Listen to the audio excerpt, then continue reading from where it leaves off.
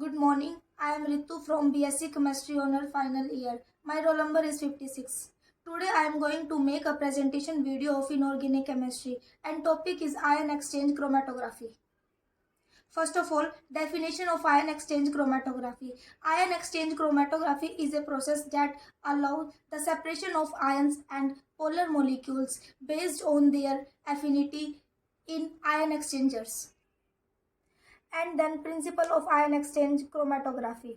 The principle of separation in reversible exchange of ions between the largest ions present in the sample solution to the ions present on ion exchangers. And type of exchangers. First of all, cationic exchangers and second is anionic exchangers.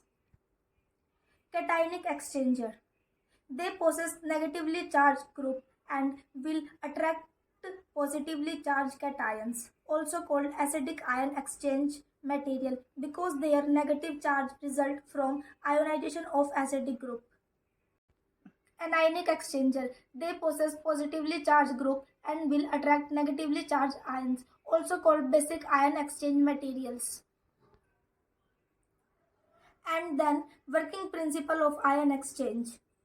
The ion exchanger basically contain charge group covalently linked in the surface of an insoluble matrix. The charge group of the matrix can be positive or negative. When suspended in an aqueous solution, the charge group of the matrix will be surrounded by ion of the opposite charge. In this ion cloud, ions can be reversibly exchanged without changing the nature and properties of the matrix. Now, chemical characteristics of ion exchange reagents. First point is, it must be chemically stable. Second point, it should be insoluble in common solvents. Third point, it should have a sufficient degree of cross-linking. Fourth point, the swollen reagent must be denser than water.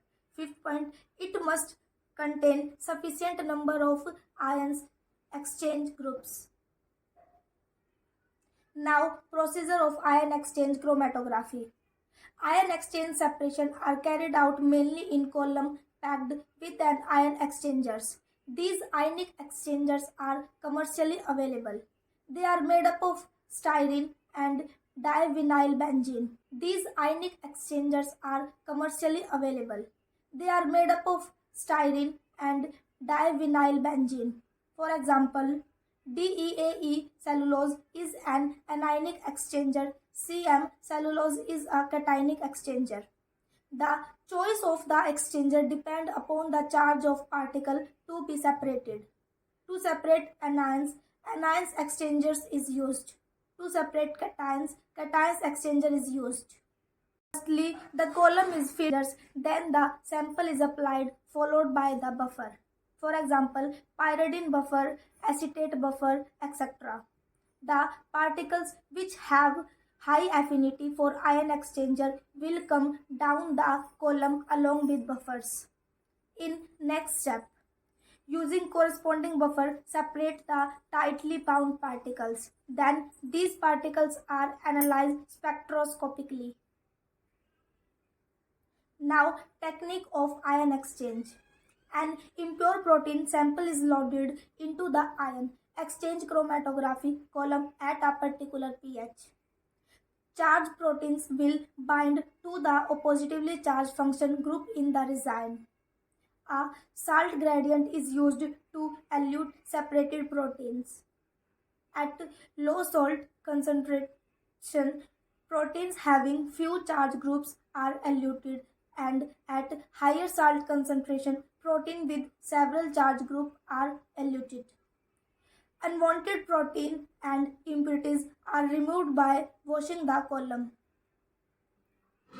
And then application of ion exchange. Conversion from one salt to other. Example, we can prepare tetrapropyl ammonium hydroxide from a tetrapropyl salt of some other anion.